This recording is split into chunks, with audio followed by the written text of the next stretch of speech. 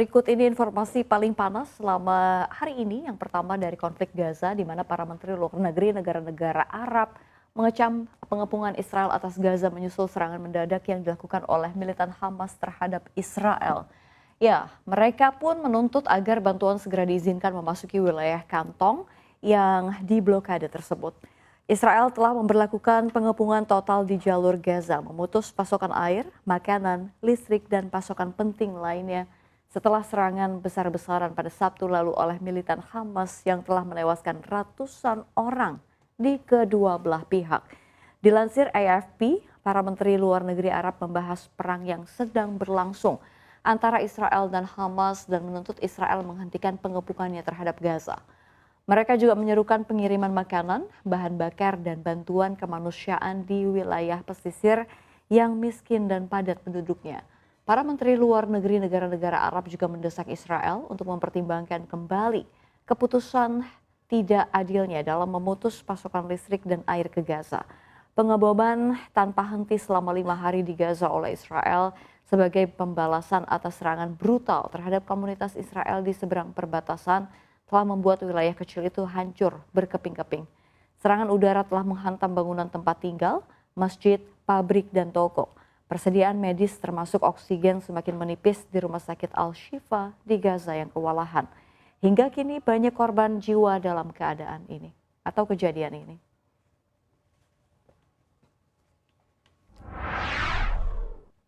Ya, kapan Cawapres dan Ganjar Pranowo akan diumumkan ini mulai terkuak. Sekretaris Jenderal PDIP Hasto Kristianto mengatakan sosok Cawapres Ganjar Pranowo di Pilpres 2024 bisa diumumkan sebelum pendaftaran ke KPU pada 19 Oktober 2023. Mengutip CNN Indonesia, Hasto menyebut pihaknya juga melakukan langkah yang sama ketika mengumumkan Yusuf Kala dan Ma'ruf Amin sebagai pendukung Joko Widodo pada Pilpres 2014 dan 2019. Hasto menyebut PDIP kini tengah mencari momentum yang tepat untuk mendeklarasikan Cawapres Ganjar di Pilpres 2024. Sebagai catatan, Komisi 2 DPR, pemerintah, dan KPU sepakat menetapkan pendaftaran Capres dan Cawapres Pilpres 2024 pada 19 hingga 25 Oktober 2023. Ada 2 kandidat kuat yang bisa saja mendampingi Ganjar. Bahkan kedua sosok ini sudah bertemu dengan Ketua Umum PDIP Megawati Soekarno Putri. Kedua sosok tersebut adalah Mahfud MD dan Khofifah Indar Parawansa. Selain itu ada juga sosok Sandiaga Uno. Ganjar menjadi calon presiden setelah diusung PDIP dan mendapatkan dukungan dari PPP, Hanura, dan Perindo.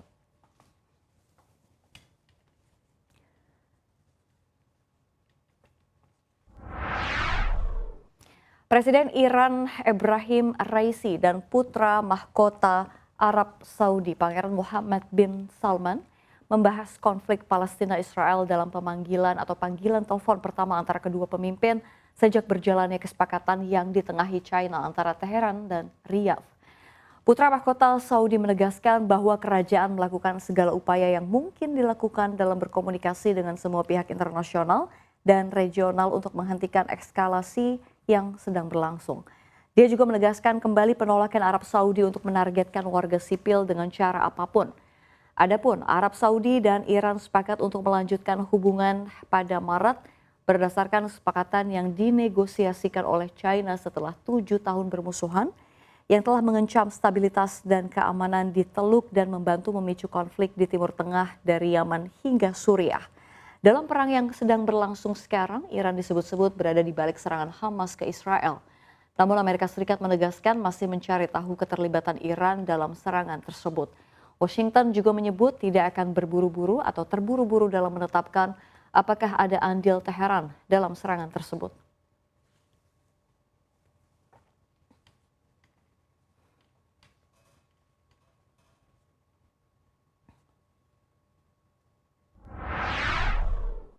Kita ke informasi terakhir ke dalam negeri.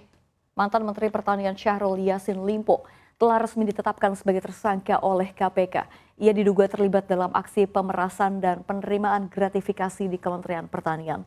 Dengan kasus hukum yang tengah menjeratnya itu, lantas berapa total harta kekayaan yang dimiliki SYL? Mengutip data LHKPN, KPK, SYL rutin melaporkan hartanya secara periode ke KPK. Ia tercatat melaporkan LHKPN sejak 30 Oktober 2019, sejak awal menjabat sebagai Menteri Pertanian di pemerintahan Presiden Joko Widodo. Dalam laporan LHKPN pertamanya, yakni pada 15 Desember 2005, SYL tercatat memiliki harta kekayaan senilai 3,13 miliar rupiah. Kemudian dalam laporan pada 11 Maret 2009, harta kekayaannya naik menjadi 8,85 miliar rupiah dan naik lagi pada laporan tanggal 6 September 2012 menjadi 12,19 miliar rupiah.